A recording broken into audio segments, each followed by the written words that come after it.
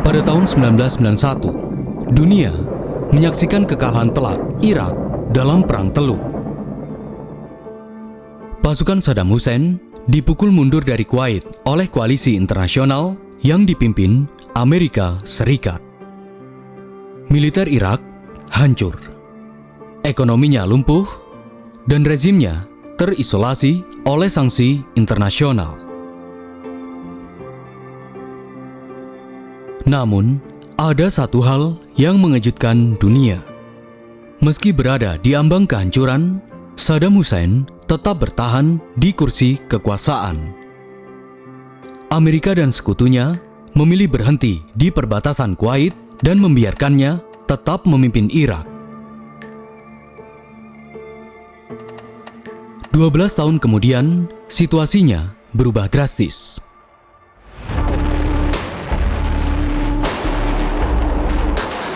Pada tahun 2003, Amerika Serikat justru memimpin invasi besar-besaran ke Irak. Rezim Saddam digulingkan. Seorang penguasa yang telah memerintah selama lebih dari 2 dekade itu pun akhirnya tumbang.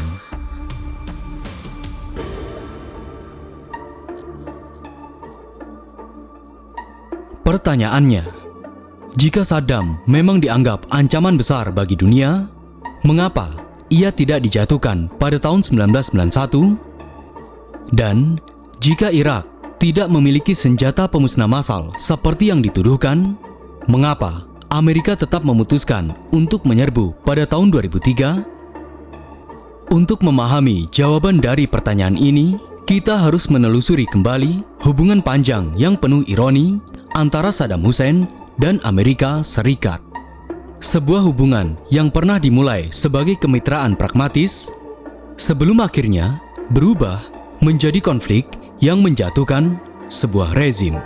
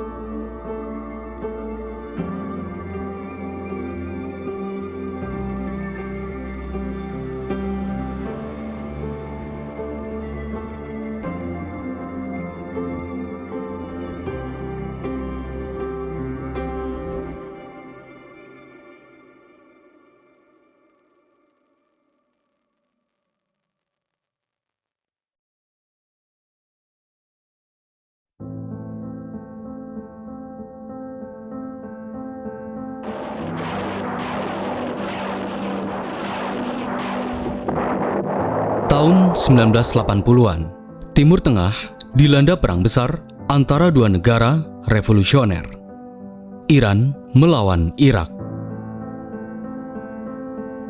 Saddam Hussein yang saat itu baru beberapa tahun berkuasa di Baghdad melancarkan invasi ke Iran pada tahun 1980 dengan keyakinan akan menang cepat.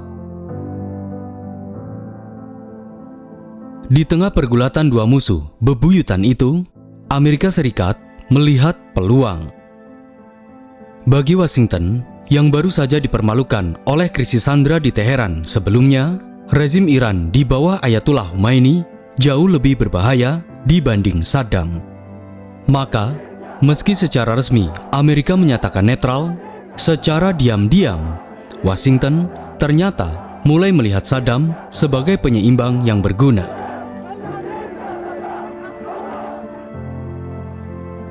Pada tahun 1982, Presiden Ronald Reagan mencabut Irak dari daftar negara pendukung terorisme.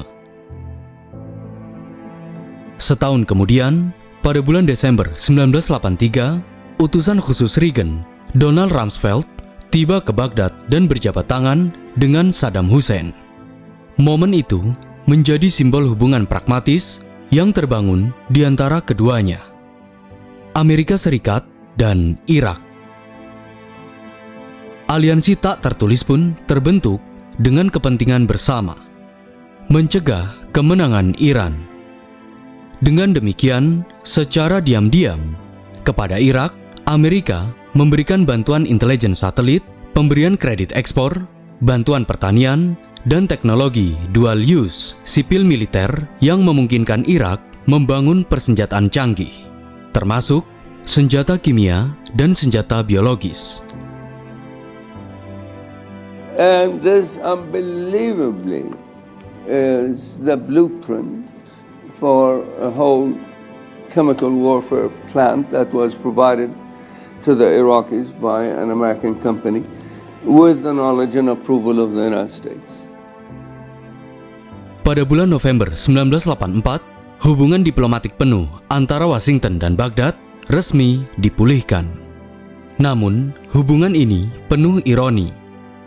Selama paruh akhir perang, Saddam menggunakan senjata kimia, baik terhadap pasukan Iran maupun terhadap warga sipil Kurdi, termasuk tragedi yang terjadi di Halabja pada tahun 1988.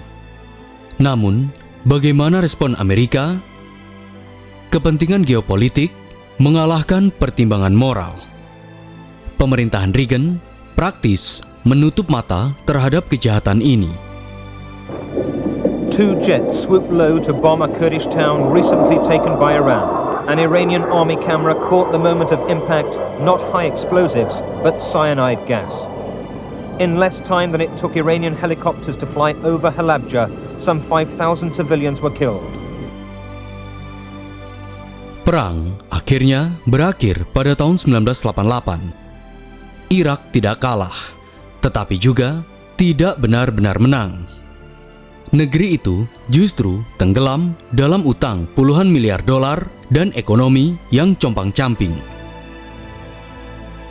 Dalam situasi inilah, Saddam mulai mengalihkan pandangannya ke Kuwait.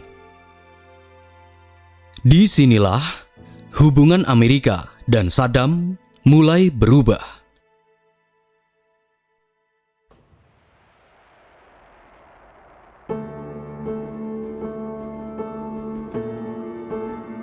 Pada awal tahun 1990, krisis ekonomi melanda Irak. Pasalnya, Irak terlilit utang sekitar 37 miliar US dollar kepada negara-negara Teluk, terutama Kuwait dan Arab Saudi. Saddam meminta agar utang itu dihapuskan. Bahkan meminta agar berhenti memproduksi minyak berlebih yang menekan harga global. Namun, permintaan ini diabaikan. Saddam pun marah besar dan mulai melontarkan berbagai retorika tuntutan kepada Kuwait. Dari menuduh mencuri minyaknya di Rumaila hingga klaim Saddam tentang Kuwait yang dinilai seharusnya milik Irak. Hubungan Irak dan Kuwait pun memburuk. Bahkan Irak berniat menyerang Kuwait. Sementara itu, hubungan Irak dan Amerika Serikat berada di persimpangan. Sempat Washington berusaha merangkul Saddam. Di penghujung Juli 1990, hanya beberapa hari sebelum invasi, Duta Besar AS April Gillespie bertemu Saddam. Dalam pertemuan itu, Gillespie menyatakan kepada Saddam jika Amerika tidak mengambil posisi dalam sengketa perbatasan Arab. We foolishly did not realize that he was stupid, that he did not believe our clear and repeated warnings that we would support our vital interests. Pesan ambigu ini ditafsirkan Saddam sebagai tanda bahwa Washington tidak akan ikut campur jika Irak menyerang Kuwait. Maka, pada tanggal 2 Agustus 1990, lebih dari 100.000 serdadu Irak menyerbu Kuwait tanpa peringatan.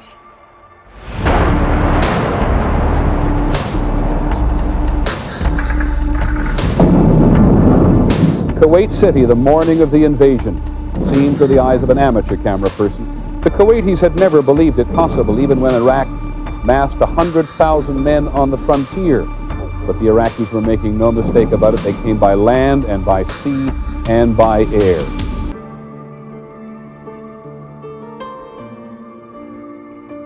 Melihat invasi secara terang-terangan ini, dunia pun marah. PBB hingga negara-negara Arab meresponnya dengan kecaman dan ancaman kepada Saddam agar segera mundur dari Kuwait. Termasuk juga Amerika Serikat yang sebelumnya menjadi sekutu Saddam. Namun, Saddam mengabaikan. Di sisi lain, Emir Kuwait mengungsi di Arab Saudi dan meminta bantuan kepada Raja Fahd. Arab Saudi pun meminta bantuan kepada Washington untuk segera mengusir Irak dari Kuwait. Gedung Putih pun merespon dengan cepat. Pasalnya, Amerika Serikat merasa dihianati atas tindakan Saddam ini. Segera, Presiden George Bush pun menggalang koalisi internasional.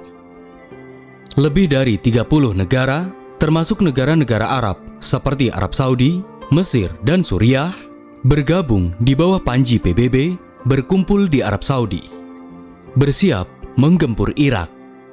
Saddam di sisi lain tampak tak gentar, atau mungkin terlanjur terperangkap egonya. Ia tetap menolak mundur dari Kuwait. Akhirnya, pada tanggal 17 Januari 1991, pasukan koalisi dalam operasi militer Desert Storm melancarkan serangan ke Kuwait, bahkan juga Baghdad.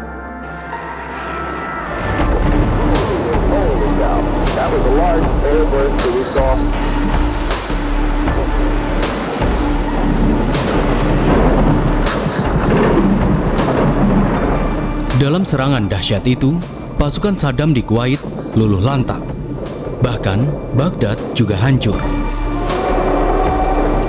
In Baghdad, the guns began to fire. The jamming gave the game away.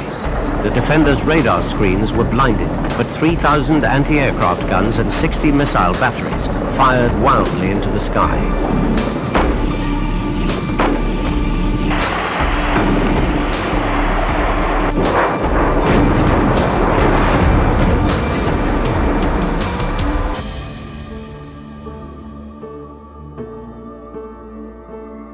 Pada bulan Februari kemudian, Irak pun menerima gencatan senjata dan keluar dari Kuwait dengan kekalahan telak. This nation has watched its sons and daughters with pride, and as president, I can report to the nation, aggression is defeated, the war is over. Namun, satu hal mengejutkan terjadi. Saddam tetap berkuasa di Irak. Lantas, mengapa koalisi tidak menumbangkannya sekalian?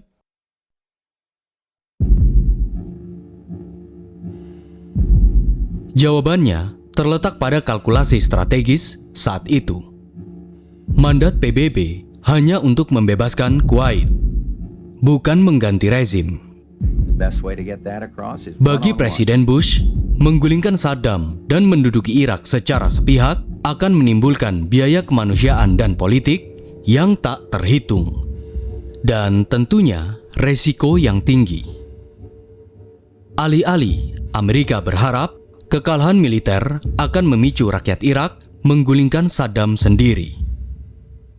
Ironisnya, harapan itu pupus.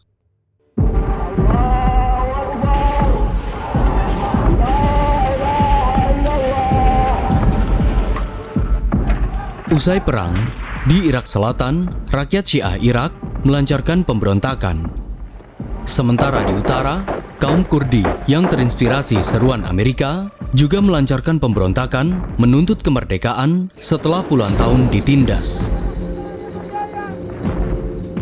Tetapi, ketika Saddam dengan kejam menumpas kedua pemberontakan itu, pasukan koalisi tidak turun tangan. Sesuatu yang sangat ironi.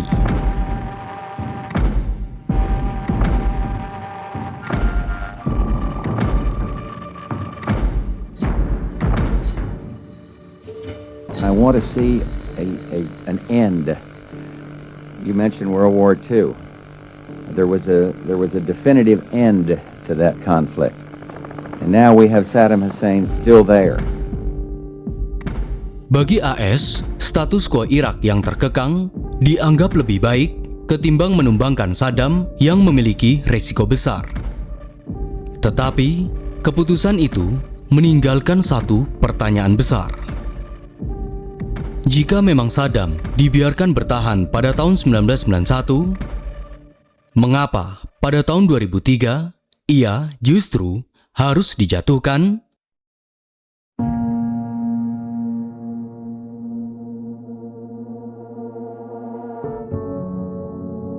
Tahun 1990-an menjadi masa yang suram bagi Irak. Setelah kekalahan dalam Perang Teluk, negara itu menghadapi salah satu sanksi ekonomi paling berat dalam sejarah modern. Dewan Keamanan PBB melarang hampir seluruh perdagangan dengan Irak, kecuali bantuan kemanusiaan dasar. Akibatnya, ekonomi Irak runtuh. Pendapatan minyak anjlok drastis, sementara rakyat sipil harus menanggung dampaknya. Gizi buruk menyebar luas dan angka kematian anak meningkat tajam. UNICEF melaporkan bahwa ratusan ribu anak Irak meninggal akibat dampak krisis kemanusiaan yang dipicu oleh sanksi ekonomi tersebut. Sungguh sangat ironi, moralitas sanksi berakibat mencekik penduduk sipil.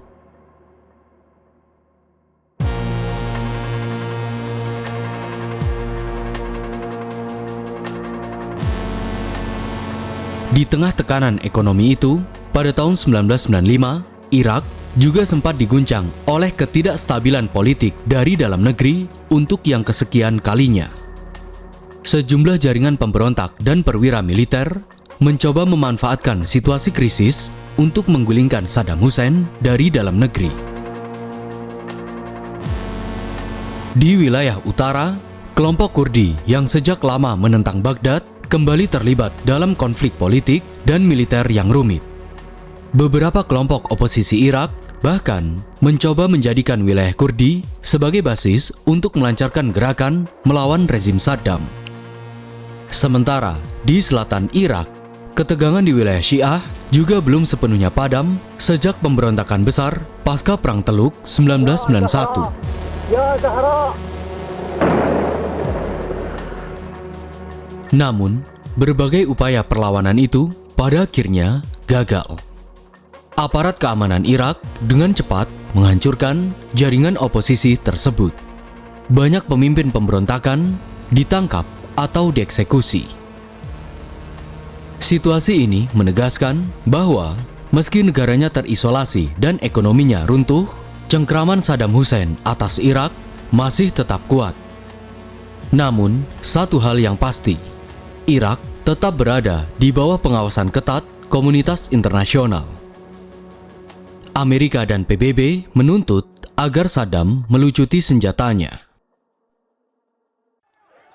Those in favor of the draft resolution, please be kind enough to raise your hands. In April 1991, the Security Council voted to create UNSCOM, a special commission to find and dismantle Saddam's weapons of mass destruction.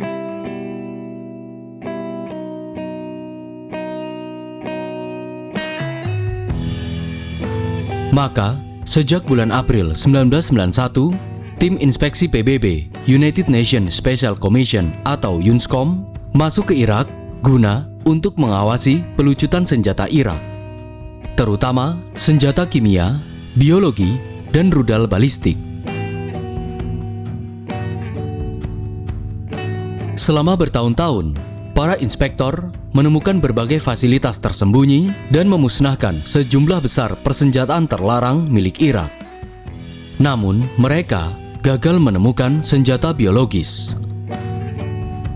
You are in serious violation, a flagrant violation of Resolution 687, and it will be up to the Security Council members and the Secretary General of the United Nations to determine how they react. But on the ground, UNSCOM inspectors were frustrated. When they arrived at a suspected weapons site, it would invariably be empty. Hanya saja, pada tahun 1995, dunia dikejutkan oleh pembelotan orang terdekat Saddam, Hussein Kamel, menantu Saddam Hussein sekaligus kepala program persenjataan Irak. Dalam pengakuannya kepada para inspektor PBB, ia mengungkap bahwa Irak sebelumnya memang memiliki program senjata kimia dan biologis yang kuat. Berbekal informasi itu, akhirnya tim Unscom berhasil menemukan pabrik senjata biologis Irak. Tetapi, 8 ton antraks tidak pernah ditemukan.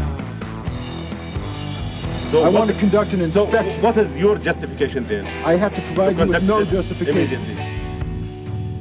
Hubungan antara Baghdad dan para inspektor semakin memburuk. Saddam mulai menuduh mereka sebagai mata-mata Amerika Serikat. Ketegangan itu akhirnya mencapai puncaknya pada tahun 1998. Saddam Hussein mengusir tim Unscom dari Irak.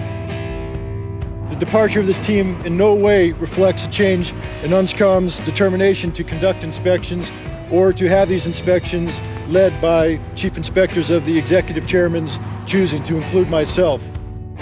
Amerika Serikat dan Inggris pun meresponnya dengan serangan udara selama 4 hari dalam operasi Desert Fox.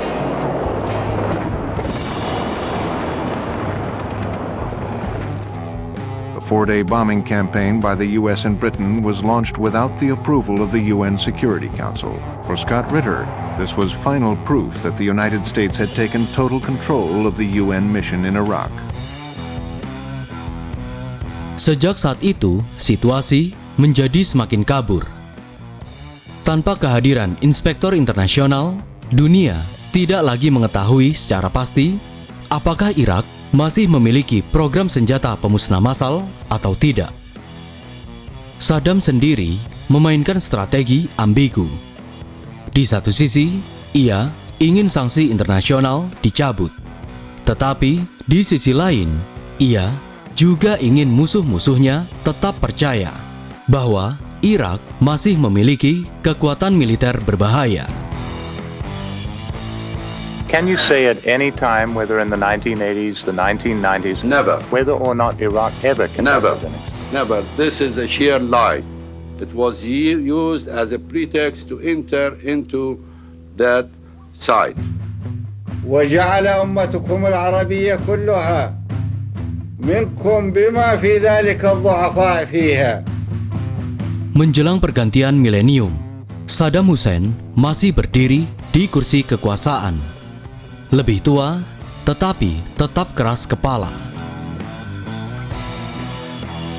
Namun, sebuah peristiwa besar pada tahun 2001 akan mengubah arah sejarah dan membawa Irak menuju konfrontasi terakhir dengan Amerika Serikat.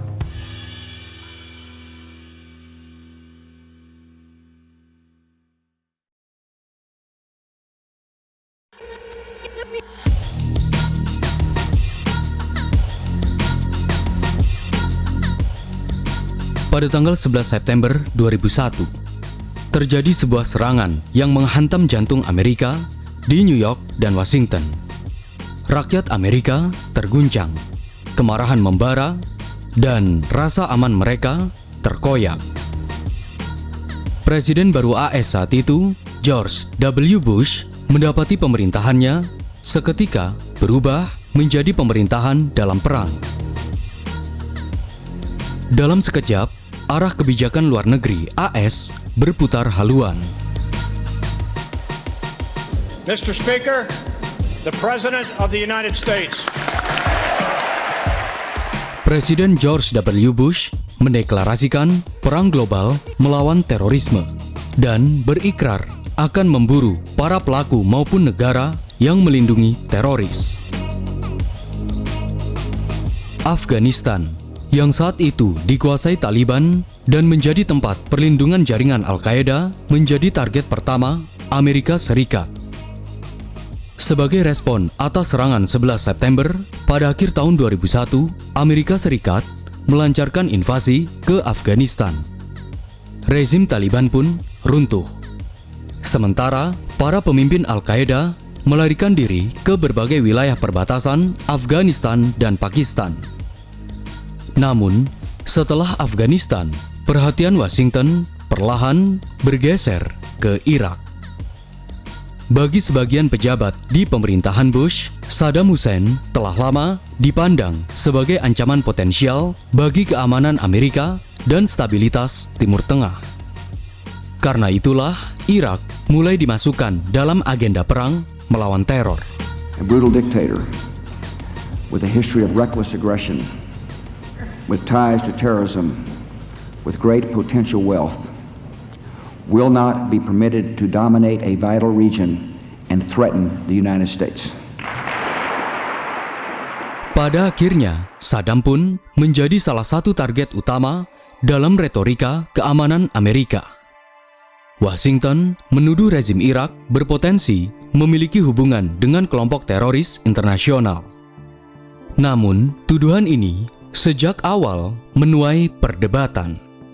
Saddam Hussein adalah seorang diktator sekuler yang ideologinya justru bertentangan dengan kelompok jihad radikal seperti Al-Qaeda.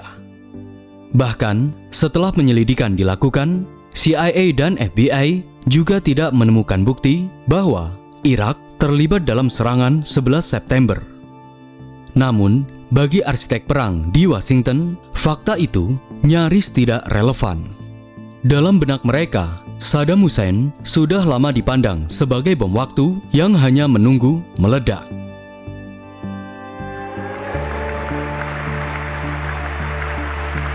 Hanya beberapa bulan setelah 9/11, pada tanggal 29 Januari 2002, Presiden George W. Bush berpidato di hadapan Kongres.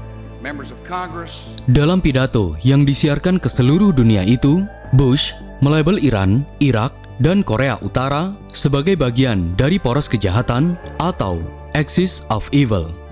Bahkan, Bush menuduh Saddam telah berupaya mengembangkan antraks, gas saraf, dan senjata nuklir hingga senjata gas beracun yang menyebabkan kematian ribuan warga sipil. Iraq continues to flaunt its hostility toward America and to support terror. The Iraqi regime has plotted to develop anthrax and nerve gas and nuclear weapons for over a decade. This is a regime that has already used poison gas to murder thousands of its own citizens. States like these and their terrorist allies constitute an axis of evil, arming to threaten the peace of the world.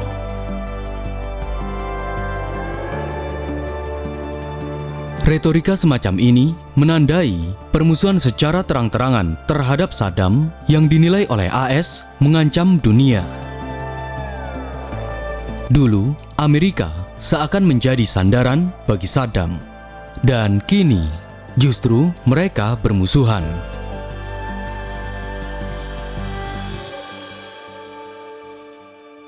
He is qualitatively and quantitatively different from every brutal dictator that has appeared recently, and we are very concerned about him specifically and what his plans might be. What do you have to say about dictators of countries like Indonesia, who we sell weapons to, yet they are slaughtering people in East Timor?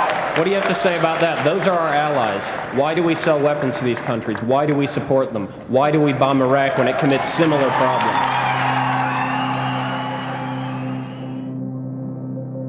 Di balik retorika, perubahan doktrinal pun terjadi.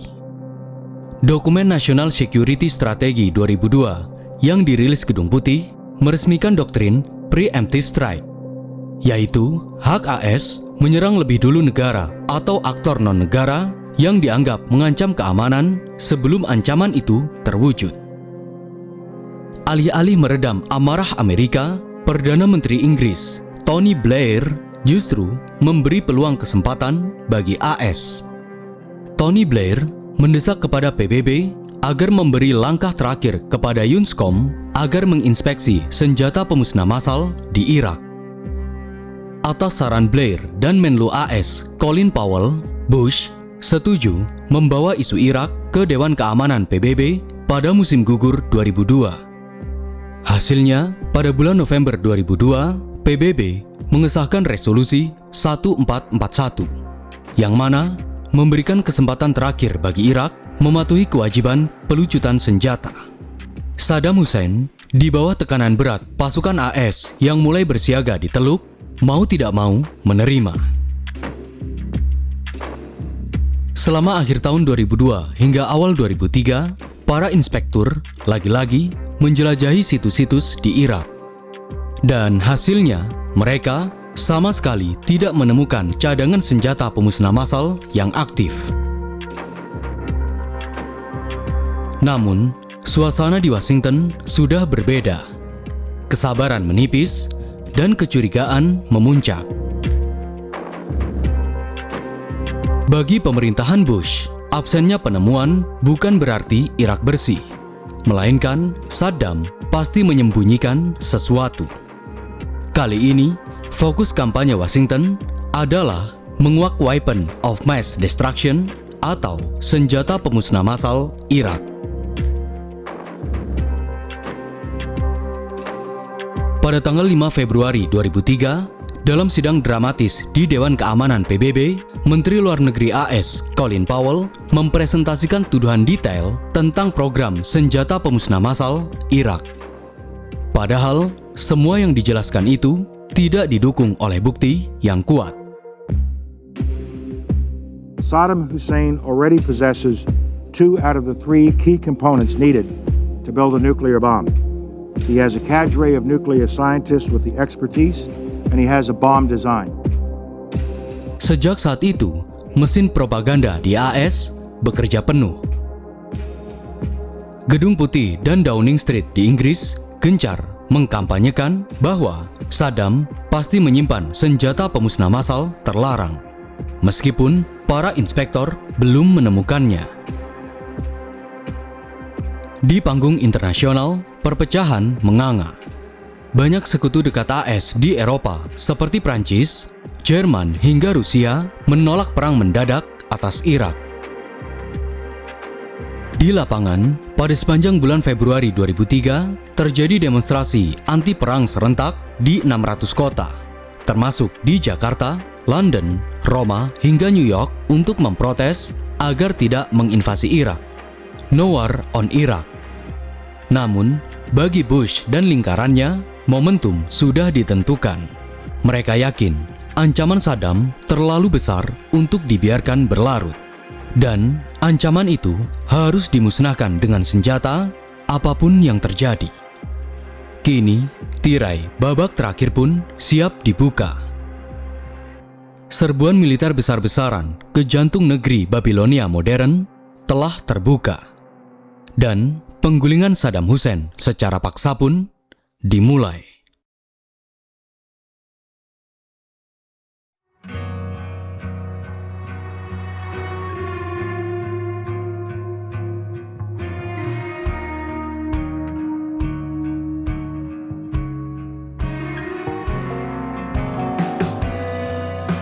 Pada akhirnya, diplomasi di PBB menemui jalan buntu. AS gagal mendapatkan legitimasi bulat Dewan Keamanan untuk perang, karena banyak negara menganggap belum ada bukti kuat mengenai senjata pemusnah massal. Tetapi, Presiden Bush memutuskan untuk bertindak, meski tanpa mandat PBB. Pada tanggal 17 Maret 2003, Presiden Bush memberikan ultimatum terbuka kepada Saddam. Saddam Hussein dan kedua putranya harus meninggalkan Irak dalam 48 jam atau menghadapi serangan militer. Tentu saja, ultimatum ini ditolak mentah-mentah oleh Saddam. Saddam Hussein and his sons must leave Iraq within 48 hours. Their refusal to do so will result in military conflict, commenced at a time of our choosing. Dunia pun mulai bertanya-tanya, apakah benar sudah tidak ada jalan kembali? Hanya saja, Washington sudah membulatkan tekad untuk menggempur Irak apapun caranya. Pada dini hari, tanggal 20 Maret 2003, operasi invasi Irak dimulai.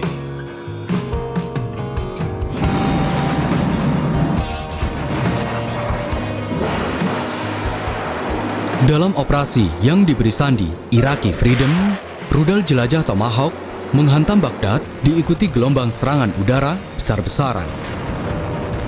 Bom dalam skala besar koalisi mengguyur kota Baghdad.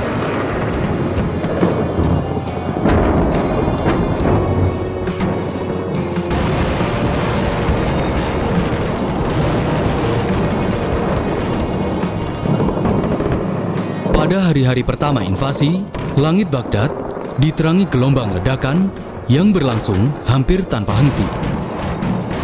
Serangan udara yang dikenal sebagai shock and awe ini menghantam pusat kekuasaan Saddam. On Friday, March 21st, air raid sirens split the night in Baghdad. This was shock and awe.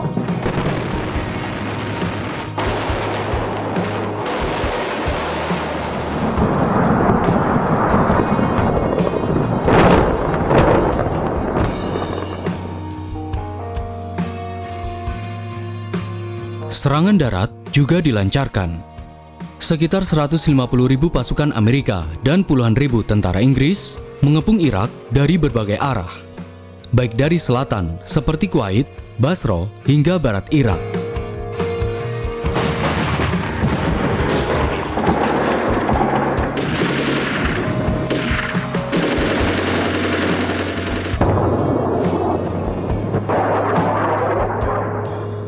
Kecepatan laju pasukan koalisi sangat cepat. Dalam waktu kurang dari 3 minggu, tank-tank Abrams AS telah mencapai pinggiran Baghdad. Kota demi kota jatuh di sepanjang jalan tanpa perlawanan berarti. Militer Irak kewalahan menghadapi serangan kilat Amerika. Davies got the shot.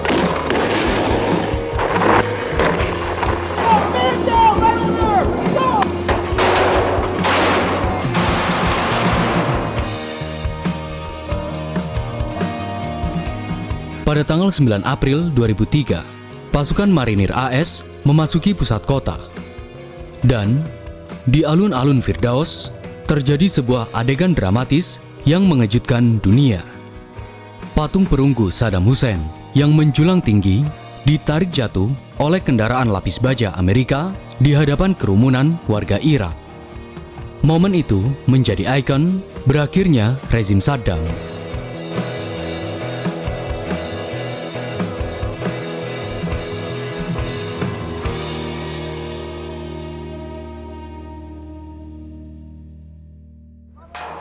Thank you. What's up? Thank you. No, Saddam. No. Feeling free. Freedom. Bye. Iraqis may be dancing in the streets of Baghdad, but officials here at the Pentagon warn there's still plenty of work and fighting to be done. This is what Liberation Day sounded like in western Baghdad. U.S. Army troops still having to fight their way into the city today, ambushed by Iraqi forces well hidden in civilian neighborhoods.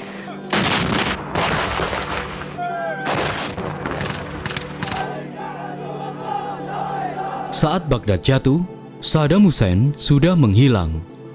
Jenderal-jenderal dan pejabat tinggi rezim pun melarikan diri atau bersembunyi. Kantor-kantor pemerintahan pun kosong. Meski kota Baghdad sudah dikuasai dan pemerintahan Saddam bubar, situasi keamanan memburuk. Kekacauan terjadi di mana-mana. Aksi penjarahan, ledakan bom, hingga serangan sporadis muncul di berbagai tempat. Kekosongan kekuasaan menebar rasa was-was. Apa yang akan terjadi pada Irak selanjutnya? Di tengah situasi genting itu, perburuan Saddam Hussein menjadi prioritas simbolis dan strategis Amerika.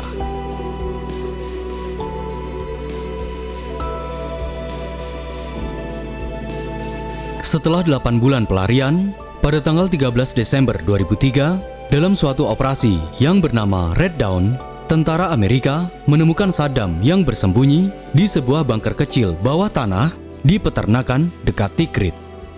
Dunia disuguhi gambar tak terduga. Diktator beruban dengan janggut lebat tengah diperiksa kesehatannya oleh dokter militer. Mulutnya terbuka lebar, diperiksa menggunakan senter. Pemandangan yang kontras dengan citranya selama ini sebagai penguasa garam.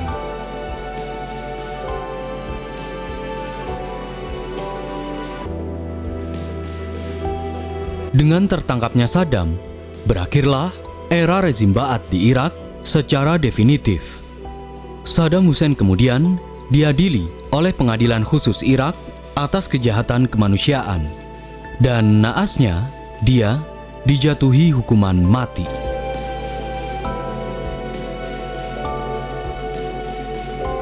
Pada tanggal 30 Desember 2006, Saddam Hussein menjalani hukuman mati.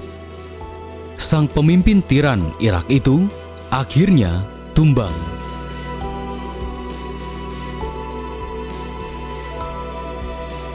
Seluruh peristiwa ini adalah sebuah plot twist dalam sejarah geopolitik modern.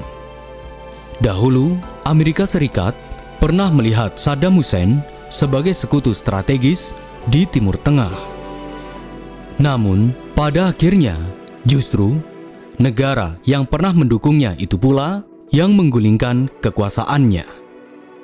Namun, pertanyaan besar tetap tersisa. Mengapa semua ini terjadi? Apakah Saddam dijatuhkan demi kebaikan rakyat Irak semata? Atau ada agenda lain yang tersembunyi di balik slogan pembebasan? Setelah menonton video ini, kiranya kita sudah paham. Bukan sesederhana hanya karena senjata pemusnah massal. Kepentingan geopolitik, stabilitas energi, hingga strategi Amerika membentuk ulang Timur Tengah setelah Perang Dingin membuat Amerika harus menjatuhkan Saddam. Memang, sebagian alasan itu terbukti rapuh, termasuk mengenai senjata pemusnah massal yang ternyata tidak pernah ditemukan. Saddam memang dijatuhkan dengan cepat, tetapi membuka kotak Pandora yang isinya jauh lebih rumit. Pasca tumbangnya Saddam, Irak tenggelam dalam konflik berkepanjangan. Kekerasan sektarian, munculnya kelompok ekstremis baru, perang saudara, serta ketidakstabilan politik yang terus menghantui negeri itu hingga hari ini. Sejarah pun meninggalkan sebuah pelajaran pahit. Menjatuhkan seorang penguasa mungkin dapat dilakukan dalam hitungan minggu. Namun, dampaknya dapat mengguncang sebuah kawasan selama puluhan tahun.